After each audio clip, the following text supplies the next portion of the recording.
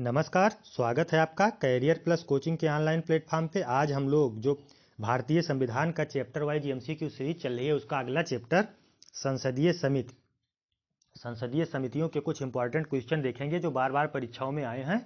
और एक क्वेश्चन आपको हर परीक्षा में लगभग इस चैप्टर से मिलता है। तो ध्यान से इस चैप्टर को देखिएगा और चैनल को सब्सक्राइब और वीडियो को लाइक अवश्य किया करें, जिससे ज़्यादा से ज़्यादा लोगों तक यह कंटेंट पहुँच सके। तो चलिए शुरुआत करते हैं। देखते हैं आज का पहला क्वेश्चन। पहला क्वेश्चन कह रहा है, भारत में संसदीय समिति प्रणाली की शुरुआत कब हुई? 1984 ईस्वी में, 1987 ईस्वी में, 1991 ईस्वी में, 1994 ईस्वी में। तो भारत में संसदीय समिति प्रणाली की शुरुआत 1991 ईस्वी में हुई। विकल्प कौन सा सही हो जाएगा? सी विकल्प। चलिए बढ़ते हैं अगले क्वेश्चन की तरफ। भारत में संसदीय समिति प्रणाली की शुरुआत निम्न में से किसकी सिफारिश पर किया गया? हस्कर समिति, देवधर समिति, संसद की नियम समिति, संसद के अधीनस्थ विधान संबंधी समिति। तो ये जो संसदीय समिति प्रणाली की शुरुआत की गई 1991 में, ये संसद की नियम समिति के सिफारिश पर की गई। विकल्प सी सही हो जाएगा। संसदीय समिति प्रणाली के तहत 12 अप्रैल 1993 से कितनी समितियों ने कार्य करना शुरू किया? ठीक है, 11, 17, 22, 26। तो 12 अप्रैल 1993 से 12 अप्रैल 1993 में 17 समितियों का गठन किया गया था। ठीक है, और फिर तब कितनी समितियां थी? 17 समितियां थी। लेकिन 2004 में संशोधन करके टोटल समितियों की संख्या कितनी हो गई? 24। ये ध्यान रखिएगा, जब आपसे 1993 में पूछेगा तो कितनी समितियां हैं? 17 समितियां। वर्तमान में 24 समितियां हैं। चलिए बढ़ते हैं अगले क्वेश्चन की तरफ। संसद में कितने प्रकार की समितियां होती हैं? अस्थाई समिति, तदर्थ समिति, उपयुक्त दोनों, इनमें से कोई नहीं। तो संसद में 2 प्रकार की समितियां होती हैं। एक अस्थाई समितियां होती हैं जो प्रतिवर्ष समय समय पर मतलब निर्वाचित होती रहती हैं, और कुछ समितियां ऐसी होती हैं जब उनकी आवश्यकता पड़ती है तब उनकी नियुक्ति की जाती है। उन्हें तदर्थ समितियां कहते हैं। जैसे अभी आप लोगों ने देखा कि रामनाथ कोविंद जी की अध्यक्षता में एक देश एक चुनाव की एक समिति गठित की गई, वो तदर्थ समिति है। जब आवश्यकता हुई तब उसका गठन किया गया। ठीक है, तो विकल्प कौन सा सही हो जाएगा? 2, उपयुक्त दोनों। यानी अस्थाई समितियां भी होती हैं और तदर्थ समितियां भी होती हैं। तो उपयुक्त दोनों सही हो जाएगा। बढ़ते हैं अगले क्वेश्चन की तरफ। निम्न में से कौन अस्थाई समिति है? प्राक्कलन समिति, लोक लेखा समिति, नियम समिति, उपयुक्त सभी। देखिए, वे समितियां अस्थाई समितियां कहलाती हैं जिनका गठन प्रतिवर्ष किया जाता है। ठीक है, तो प्राक्कलन समिति लोकसभा में होती है, लोक लेखा समिति ये भी होती है, नियम समिति ये भी होती है। तो उपयुक्त सभी। ठीक है, ध्यान रखिएगा। अच्छा, ये जो सरकारी उपक्रम ये प्राक्कलन समिति होती है, ये क्या करती है? आगे क्वेश्चन में आपको मिलेगा। तो विकल्प कौन सा सही हो जाएगा? उपयुक्त सभी। यानी तीनों समितियां ये जो हैं ये अस्थाई समितियां हैं, इनका गठन प्रतिवर्ष होता है। निम्न में से कौन तदर्थ समिति है? याचिका समिति, विशेषाधिकार समिति, आवास समिति, प्रवर समिति। तो ये जो प्रवर समिति है ये तदर्थ समिति है। इसकी जब आवश्यकता होगी किसी विशेष विषय के लिए, बताया आपको कि रामनाथ कोविंद जी को एक देश एक चुनाव के लिए जो समिति गठित की गई वो तदर्थ समिति है। एक विशेष विषय पर अपनी रिपोर्ट देने के लिए जिस समिति का गठन किया जाता है वो तदर्थ समिति होती है। ठीक है, तो ये प्रवर समिति जो है ये तदर्थ समिति के अंतर्गत आएगा। ये किसी विधेयक के संबंध में अपनी रिपोर्ट प्रदर्शित करने के लिए गठित की जाती है प्रवर समिति। चलिए बढ़ते हैं अगले क्वेश्चन की तरफ। किस समिति को अस्थायी मितव्ययता समिति भी कहा जाता है? प्राक्कलन समिति, लोक लेखा समिति, नियम समिति, संयुक्त प्रवर समिति। तो ये जो प्राक्कलन समिति है इसी को मितव्ययता समिति भी कहा जाता है, क्योंकि ये जो है धन के व्ययों का अनुमान एवं जांच पड़ताल, जैसे कितना धन खर्च हुआ इसकी जांच पड़ताल कौन सी समिति करती है? प्राक्कलन समिति करती है। ठीक है, और वो इसका सुझाव देती है। तो इसलिए इसको ये सरकार के फिजूल खर्चे पर रोक भी ये लगाती है प्राक्कलन समिति। इसका गठन इसीलिए किया जाता है जो वित्त संबंधी विधेयक है उन पे विचार विमर्श करना और उन पे अपनी रिपोर्ट सम्मिलित करना। तो ये जो मितव्ययता समिति पूछ रहा है ये कौन सी समिति हो जाएगी? प्राक्कलन समिति। चलिए बढ़ते हैं अगले क्वेश्चन की तरफ। प्राक्कलन समिति में कितने सदस्य होते हैं? 15, 22, 30, 45। तो प्राक्कलन समिति में 30 सदस्य होते हैं, जिसमें से राज्यसभा। अच्छा, ये क्वेश्चन पूछा गया है कि क्या प्राक्कलन समिति में राज्यसभा के सदस्य हो सकते हैं? नहीं, प्राक्कलन समिति में केवल लोकसभा के सदस्य होते हैं और इनका कार्यकाल 1 वर्ष के लिए होता है। ये ध्यान रखिएगा, प्राक्कलन समिति में 30 सदस्य होते हैं, 30 लोकसभा से होते हैं और जो सत्ताधारी पार्टी होती है उसी के सदस्य होते हैं। ये नहीं कि विपक्ष का कोई आ जाएगा, ठीक है, ये ध्यान रखिएगा। और इसके जो प्राक्कलन समिति के अध्यक्ष होते हैं, ये लोकसभा द्वारा मनोनीत होते हैं। तो विकल्प कौन सा सही हो जाएगा? सी विकल्प, 30 सदस्य। ये ध्यान रखने वाली बात है कि लोकसभा की समिति है, इसमें लोकसभा के सदस्य होते हैं और सत्तारूढ़ या सत्ताधारी पार्टी के सदस्य होते हैं 30 सदस्य, और इसके अध्यक्ष को मनोनीत किया जाता है लोकसभा अध्यक्ष के द्वारा। चलिए बढ़ते हैं अगले क्वेश्चन की तरफ। 30 सदस्यीय प्राक्कलन समिति संसद के किस सदन की समिति है? तो बताए आपको, लोकसभा, राज्यसभा, लोकसभा एवं राज्यसभा किसी भी सदन की नहीं, तो ये लोकसभा की समिति है। इसमें लोकसभा के 30 सदस्य होते हैं। बढ़ते हैं अगले क्वेश्चन की तरफ। निम्न में से कौन सी एक सबसे बड़ी संसदीय समिति है? लोक लेखा समिति, प्राक्कलन समिति, सरकारी उपक्रम समिति, याचिका समिति। तो सबसे ज्यादा किसमें सदस्य होते हैं? प्राक्कलन समिति में, क्योंकि इसमें 30 सदस्य होते हैं। 30 सदस्य होते कहां के हैं? लोकसभा के। विकल्प कौन सा सही हो जाएगा? बी विकल्प, प्राक्कलन समिति ये संसदीय समिति की सबसे बड़ी समिति होती है। चलिए बढ़ते हैं अगले क्वेश्चन की तरफ। प्राक्कलन समिति का क्या कार्य है? अर्थव्यवस्था में संगठनात्मक एवं प्रशासनिक सुधारों के तरीकों का प्रतिवेदन प्रस्तुत करना, देश की आर्थिक स्थिति पर संसद में आर्थिक सर्वेक्षण प्रस्तुत करना, संसद में प्राक्कलनों के प्रस्तुत करने के प्रारूप के विषय पर सिफारिश करना। तो देखिए, धन वाला तो बताए आपको, लेकिन ये जो प्राक्कलन समिति है ये प्राक्कलनों के प्रस्तुत करने के प्रारूप के विषय पर सिफारिश भी करता है, मतलब सुझाव भी देता है धन संबंधी विधेयकों पर या फिजूल खर्ची पर रोक लगाता है। तो विकल्प कौन सा सही हो जाएगा? सी विकल्प, उपयुक्त बी और सी, यानी बी भी सही है और सी भी सही है, ठीक है। देश की आर्थिक स्थिति पर संसद में आर्थिक सर्वेक्षण प्रस्तुत करती है प्राक्कलन समिति और संसद में प्राक्कलनों के प्रस्तुत करने के प्रारूप के विषय पर सिफारिश भी करती है। तो विकल्प कौन सा सही हो जाएगा? डी विकल्प, दोनों सही हो जाएंगी। चलिए बढ़ते हैं अगले क्वेश्चन की तरफ।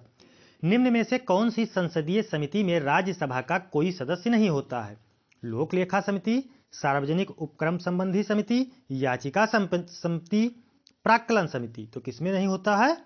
प्राक्कलन समिति में। प्राक्कलन समिति में राज्यसभा का कोई सदस्य नहीं होता है। 30 सदस्यीय वाली ये समिति होती है, इसमें लोकसभा से 30 सदस्य चुने जाते हैं, वो भी सत्तारूढ़ पार्टी के होते हैं।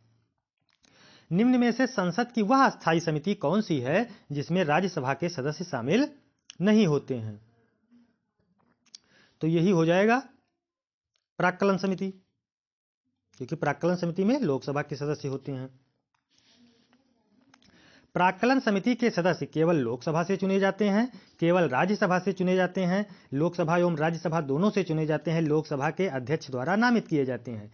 तो ये केवल लोकसभा से चुने जाते हैं। चलिए बढ़ते हैं अगले क्वेश्चन की तरफ। लोक लेखा समिति में कितने सदस्य हैं? 20, 22, 28, 30। तो लोक लेखा समिति में 22 सदस्य होते हैं, ये ध्यान रखिएगा। लेकिन इसमें कुछ नियम है, जैसे कितने सदस्य राज्यसभा से होते हैं, इसमें दोनों से होते हैं, राज्यसभा से भी होते हैं, लोकसभा से भी होते हैं। तो 15 सदस्य जो हैं वो लोकसभा द्वारा निर्वाचित होते हैं और 7 सदस्य राज्यसभा के से होते हैं, ठीक है, ये ध्यान रखिएगा। इसका भी कार्यकाल 1 वर्ष के लिए होता है और जो इसका अध्यक्ष होता है लोक लेखा समिति का, इसको भी लोकसभा अध्यक्ष मनोनीत करते हैं। तो विकल्प कौन सा सही हो जाएगा? बी विकल्प, लोक लेखा समिति में 22 सदस्य होते हैं, जिसमें से 15 सदस्य लोकसभा से और 7 सदस्य राज्यसभा से होते हैं। लोक लेखा समिति में लोकसभा एवं राज्यसभा में क्रमशः कितने कितने सदस्य होते हैं? तो बताइए आपको, लोक लेखा समिति में 15 सदस्य लोकसभा से और 7 सदस्य राज्यसभा से होते हैं। चलिए बढ़ते हैं अगले क्वेश्चन की तरफ। लोक लेखा समिति में लोकसभा के सदस्य को ही लिया जाता है, राज्यसभा के सदस्य को ही लिया जाता है। 15 सदस्य लोकसभा से तथा 7 सदस्य राज्यसभा से लिए जाते हैं। 7 सदस्य लोकसभा से तथा 15 सदस्य राज्यसभा से लिए जाते हैं। तो इसमें ध्यान रखिएगा, 15 सदस्य जो हैं वो लोकसभा से तथा 7 सदस्य राज्यसभा से ही लिए जाते हैं। बढ़ते हैं अगले क्वेश्चन की तरफ। कह रहा भारत में संसदीय समितियों में से निम्न में कौन सी एक विभागीय व्यय और अनियमितताओं पर निगरानी रखने के लिए रखवाले कुत्ते का कार्य करती है? तो कौन सी समिति ये हो जाएगी? लोक लेखा समिति। ठीक है, ये ध्यान रखिएगा। लोक लेखा समिति का मुख्य काम संसद द्वारा स्वीकृत धन को सरकार ने मांग के दायरे के भीतर खर्च किया है या नहीं, इसकी जांच करती है। लोक लेखा समिति जो धन खर्च हुआ वो एक संवैधानिक तरीके से खर्च किया गया है कि नहीं खर्च किया गया है, इसी की जांच लोक लेखा समिति करती है। इसीलिए इसको रखवाले कुत्ते की उपमा दी गई है, ये ध्यान रखिएगा। किस समिति को रखवाले कुत्ते की उपमा दी गई है? लोक लेखा समिति को। बढ़ते हैं अगले क्वेश्चन की तरफ। सार्वजनिक लोक लेखा समिति में राज्यसभा के कितने सदस्य होते हैं? तो सार्वजनिक लोक लेखा समिति में राज्यसभा के 7 सदस्य होते हैं, क्योंकि 15 सदस्य तो लोकसभा से होते हैं। ये 22 सदस्यीय वाली समिति है। चलिए बढ़ते हैं अगले क्वेश्चन की तरफ। भारत के नियंत्रक एवं महालेखा परीक्षक द्वारा प्रस्तुत प्रतिवेदन के आधार पर कौन सी समिति कार्य करती है? प्राक्कलन समिति, लोक लेखा समिति, विशेषाधिकारी समिति, सरकारी उपक्रम समिति। तो कौन सी समिति नियंत्रक एवं महालेखा परीक्षक द्वारा प्रस्तुत प्रतिवेदन के आधार पर कार्य करती है? ये लोक लेखा समिति है। विकल्प कौन सा सही हो जाएगा? बी विकल्प, लोक लेखा समिति। चलिए बढ़ते हैं अगले क्वेश्चन की तरफ। परंपरा के अनुसार निम्न में से किस समिति के अध्यक्ष पद पर विरोधी दल के संसद सदस्य को नियुक्त किया जाता है? लोक लेखा समिति, प्राक्कलन समिति, सरकारी उपक्रम समिति, याचिका समिति। तो ये जो लोक लेखा समिति है इसके अध्यक्ष की नियुक्ति लोकसभा के अध्यक्ष द्वारा की जाती है। अच्छा, इसका जो अध्यक्ष होता है वो विपक्ष का नेता होता है। ये मैंने वहां बता दिया था आपको कि सत्तारूढ़ दल का होता है, तो सत्तारूढ़ दल का जो अध्यक्ष होता है वो प्राक्कलन समिति का होता है, लेकिन लोक लेखा समिति का जो अध्यक्ष होता है वो विपक्ष का नेता होता है, यानी नेता प्रतिपक्ष होता है। तो विकल्प कौन सा सही हो जाएगा? ए विकल्प, लोक लेखा समिति। किस संसदीय समिति को प्राक्कलन समिति की जुड़वा बहन कहते हैं? तो किसको कहते हैं? सरकारी उपक्रम समिति को, नियम समिति को, याचिका समिति को, लोक लेखा समिति को। तो लोक लेखा समिति जो है इसको प्राक्कलन समिति की जुड़वा बहन कहते हैं। ठीक है, चलिए बढ़ते हैं अगले क्वेश्चन की तरफ। निम्न में से वह प्राधिकारी कौन सा है जो भारत की समेकित निधि से राज्यों के राजस्व सहायता अनुदान पर लागू होने वाले सिद्धांतों की सिफारिश करता है? लोक लेखा समिति, केंद्रीय वित्त मंत्रालय, वित्त आयोग, अंतर्राज्यीय परिषद। तो विकल्प कौन सा सही हो जाएगा? लोक लेखा समिति। ठीक है, जो राजस्व सहायता का अनुदान पर लागू होने वाले सिद्धांतों की सिफारिश लोक लेखा समिति के द्वारा की जाती है। संसद की कौन सी समिति नियंत्रक एवं महालेखा परीक्षक के प्रत्यावेदनों की समीक्षा करता है? तो ये क्वेश्चन पहले आ चुका है। सार्वजनिक संस्थान समिति, प्राक्कलन समिति, सामान्य उद्देश्य समिति, लोक लेखा समिति। तो कौन सा विकल्प सही हो जाएगा? कैग के द्वारा दिए गए प्रत्यावेदनों की जांच करता है लोक लेखा समिति। चलिए बढ़ते हैं अगले क्वेश्चन की तरफ। लोक लेखा समिति अपनी रिपोर्ट प्रस्तुत करती है नियंत्रक एवं महालेखा परीक्षक को, लोकसभा के अध्यक्ष को, संसदीय मामले के मंत्री को, भारत के राष्ट्रपति को। तो ये अपनी रिपोर्ट किसको देगी या किसको सौंपेगी? लोकसभा के अध्यक्ष को। ठीक है, तो विकल्प कौन सा सही हो जाएगा? बी विकल्प, लोकसभा अध्यक्ष। लोकसभा अध्यक्ष को सौंपेगी तो अध्यक्ष उसको संसद के पटल पर रखेगा और उस पर चर्चा करवाएगा। उसको चर्चा के लिए लोकसभा अध्यक्ष जो है वो संसद के पटल पर रखेगा और उस पर चर्चा होगी सदन में। जो रिपोर्ट लोक लेखा समिति अपनी प्रस्तुत करेगी लोकसभा अध्यक्ष को, उसको लोकसभा अध्यक्ष ले जाके संसद के पटल पर रखेगा और उस पर चर्चा होगी। भारतीय महानियंत्रक और महालेखा परीक्षक किसके लिए एक मित्र, दार्शनिक और मार्गदर्शक के रूप में कार्य करते हैं? प्राक्कलन समिति, लोक लेखा समिति, वित्त मंत्रालय, लोक उपक्रम समिति। तो ये जो भारत के महानियंत्रक एवं महालेखा परीक्षक होते हैं कैग, ये लोक लेखा समिति से संबंधित हैं। तो विकल्प कौन सा सही हो जाएगा? ए विकल्प, लोक लेखा समिति। अच्छा, लोक लेखा समिति में नियंत्रक एवं महालेखा परीक्षक भाग भी ले सकते हैं, ये ध्यान रखिएगा। निम्न में से कौन विषयगत समिति है? कृषि समिति, पर्यावरण एवं वन समिति, विज्ञान एवं प्रौद्योगिकी समिति, उपयुक्त सभी। अच्छा देखिए, ये सब किसी एक विशेष मुद्दे को ध्यान में रख के बनाई गई समितियां हैं। जैसे कृषि की समितियां जरूरत पड़ी तब बनाई गई, पर्यावरण एवं वन समिति जरूरत पड़ी तब बनाई गई, विज्ञान एवं प्रौद्योगिकी समिति, तो ये तीनों हो जाएंगे विषयगत समिति, किसी विशेष विषय के लिए बनाई गई हैं। तो विकल्प कौन सा सही हो जाएगा? उपयुक्त सभी, यानी ये तीनों विषयगत समितियां हैं। निम्न में से किस समिति में लोकसभा के 15 और राज्यसभा के 7 सदस्य होते हैं? तो किसमें होते हैं? सरकारी उपक्रम समिति में, लोक लेखा समिति में, विज्ञान एवं प्रौद्योगिकी समिति में, उपयुक्त सभी। तो ये जो लोक लेखा समिति है, इसमें तो आपको हमने बताया कि 15 सदस्य राज्यसभा से, वो लोकसभा से, और 7 सदस्य राज्यसभा से। लेकिन सरकारी उपक्रम समिति में भी 15 सदस्य लोकसभा से और 7 सदस्य राज्यसभा से। विज्ञान एवं प्रौद्योगिकी समिति में भी 15 सदस्य लोकसभा से और 7 सदस्य राज्यसभा से। इसलिए विकल्प तीनों सही हो जाएंगे, उपयुक्त सभी। चलिए बढ़ते हैं अगले क्वेश्चन की तरफ। निम्न में से किस समिति का सदस्य कोई मंत्री नहीं हो सकता? प्राक्कलन समिति, लोक लेखा समिति, सरकारी उपक्रम समिति, उपयुक्त सभी। अच्छा ये देखिए, इन समितियों में जो सदस्य होते हैं वो किसी भी मंत्री पद को धारण नहीं करते, यानी कोई मंत्री समिति का सदस्य नहीं होता। वो प्राक्कलन समिति हो, चाहे लोक लेखा समिति हो, चाहे सरकारी उपक्रम समिति हो, जो इसमें सदस्यता ले लिए वो मंत्री पद धारण नहीं कर सकते। यानी कोई भी मंत्री किसी भी समिति का सदस्य नहीं हो सकता, क्योंकि उसी के कार्यों की तो जांच कर रही हैं ये समितियां, इसलिए ये नहीं हो सकता। विकल्प कौन सा सही हो जाएगा? उपयुक्त सभी। लोकसभा अध्यक्ष किस समिति का पदेन अध्यक्ष होता है? प्राक्कलन समिति का, लोक लेखा समिति का, नियम समिति का, विशेषाधिकार समिति का। तो ये किसका होता है? नियम समिति का। नियम समिति की जो होती है इसमें 15 सदस्य लोकसभा से होते हैं, इसका ये पदेन अध्यक्ष होता है। बढ़ते हैं अगले क्वेश्चन की तरफ। विधेयकों पर प्रवर समितियों में सदस्यों की अधिकतम संख्या कितनी तक हो सकती है? तो कितने तक हो सकती है? प्रवर समिति के बारे में पूछ रहा है। प्रवर समिति जो मतलब किसी विशेष मुद्दे के लिए गठित की जाए, तो इसमें अधिकतम कोई निश्चित नहीं है। ठीक है, 15, 20, 30 दिया, कोई निश्चित नहीं विकल्प दिया है, इसलिए कोई निश्चित नहीं है, ये सही हो जाएगा। वैसे संयुक्त प्रवर समितियों में 30 सदस्य तो लोकसभा से अधिकतम और 15 सदस्य राज्यसभा से हो सकते हैं, क्योंकि इनके मुद्दों पे बहुत गहन विचार विमर्श करने की आवश्यकता होती है। इसलिए तो अधिकतम अगर 45 आपको विकल्प में मिल जा रहा है तो आप 45 मार देंगे, क्योंकि 30 लोकसभा से होते हैं और 15 राज्यसभा से। लेकिन इसमें नहीं दिया हुआ है तो कोई निश्चित नहीं है, विकल्प सही हो जाएगा। चलिए बढ़ते हैं अगले क्वेश्चन की तरफ। अनुसूचित जाति और जनजातियों की कल्याण संबंधी समितियों में लोकसभा एवं राज्यसभा के क्रमशः कितने सदस्य होते हैं?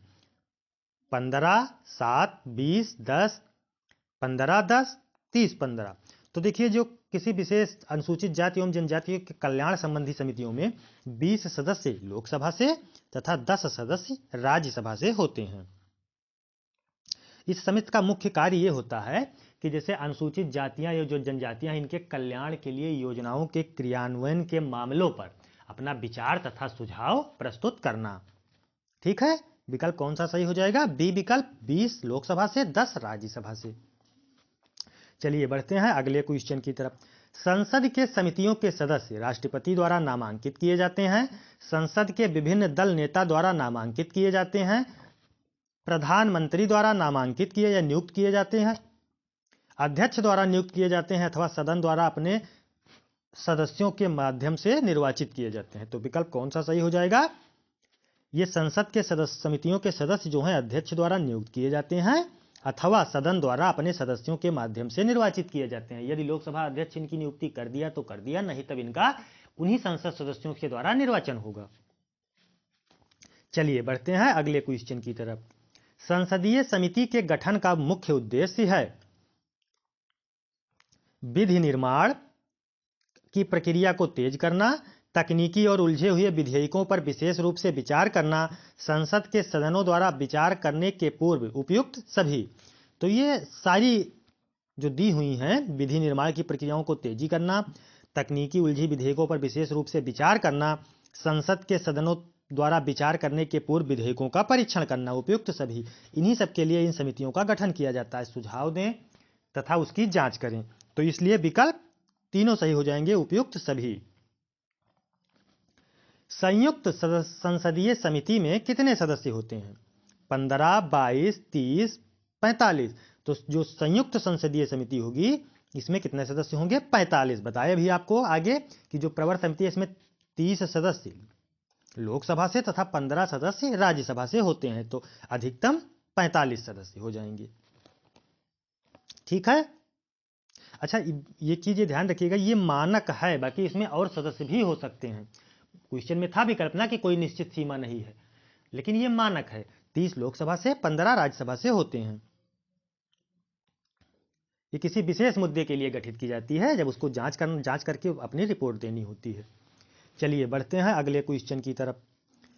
संयुक्त संसदीय समिति में लोकसभा तथा राज्यसभा के सदस्यों की संख्या क्रमशः होती है। तो अभी बताए 30 लोकसभा से, 15 राज्यसभा से। विकल्प कौन सा सही हो जाएगा? ए विकल्प, 30, 15। बढ़ते हैं अगले क्वेश्चन की तरफ। कुल 17 संसदीय समितियों में से कितनी समितियों के अध्यक्ष लोकसभा के अध्यक्ष सदस्य होते हैं? 8, 10, 11, 13। तो 11 समितियों के सदस्य जो है वो लोकसभा का अध्यक्ष होता है। और ये जो लोक लेखा समिति है इसका अध्यक्ष कौन होता है? विपक्ष का नेता, यानी सदन का नेता, विपक्ष का नेता, नेता प्रतिपक्ष होता है। तो ये सब किससे होते हैं? लोकसभा से तो होते हैं। तो विकल्प कौन सा सही हो जाएगा? 11 समितियों के सदस्य लोकसभा से होते हैं। संयुक्त प्रवर समिति में कितने सदस्य होते हैं? तो संयुक्त प्रवर समिति में 22, 30, 45, 60, 22 सदस्य लोक लेखा समिति में, 30 सदस्य प्राक्कलन समिति में, 45 सदस्य संयुक्त प्रवर समिति में, जिसमें से 30 लोकसभा से तथा 15 राज्यसभा से होते हैं। तो विकल्प कौन सा सही हो जाएगा? सी विकल्प, 45 सदस्य। संयुक्त प्रवर समिति में लोकसभा एवं राज्यसभा के सदस्यों की संख्या क्रमशः कितनी है? तो कितनी है ये? 30 और 15, यानी 45 सदस्य होते हैं, जिनमें से 30 लोकसभा से, 15 राज्यसभा से। निम्न में से कौन सी समिति विभिन्न विषयों पर चर्चा के लिए समय का निर्धारण करती है? प्रवर समिति, लोक लेखा समिति, प्राक्कलन समिति, कार्य सलाहकार समिति। तो ये जो विभिन्न मुद्दों पर चर्चा के लिए गठित की जाती है, ये समय जो निर्धारित करती है ये कार्य सलाहकार समिति होती है। विकल्प डी सही हो जाएगा। निम्न में से कौन सी सार्वजनिक व्यय पर संसदीय नियंत्रण का अंग नहीं है? लोक लेखा समिति, भारत का नियंत्रक एवं महालेखा परीक्षक, प्राक्कलन समिति, सार्वजनिक उपक्रम समिति। तो भारत का नियंत्रक एवं महालेखा परीक्षक जो है ये उस समिति का अंग नहीं है। ठीक है। तो विकल्प कौन सा सही हो जाएगा? बी विकल्प, भारत का नियंत्रक एवं महालेखा परीक्षक। भारत में संसद की वित्तीय समितियां निम्न में से कौन सी हैं? लोक लेखा समिति, प्राक्कलन समिति, लोक उपक्रम समिति। तो इनमें से कौन सा सही हो जाएगा? ये तीनों जो हैं ये वित्तीय समितियां समझी हैं, संबंधी वित्तीय से हैं ये। लोक लेखा समिति, प्राक्कलन समिति, लोक उपक्रम समिति। तो विकल्प कौन सा सही हो जाएगा? 1, 2, 3, यानी ये जो तीनों समितियां हैं ये इसी से संबंधित हैं, ये ध्यान रखिएगा। आज के लिए इतना ही, मिलते हैं नेक्स्ट सेशन में। तब तक के लिए आप लोग चैनल को सब्सक्राइब और वीडियो को लाइक अवश्य किया करें, जिससे ज़्यादा से ज़्यादा लोगों तक यह कंटेंट पहुंच सके। ये लोक लेखा समिति भी होती है, प्राक्कलन समिति भी होती है और लोक उपक्रम समिति भी होती है, ये ध्यान रखिएगा। ठीक है, मिलते हैं नेक्स्ट सेशन में। तब तक के लिए धन्यवाद।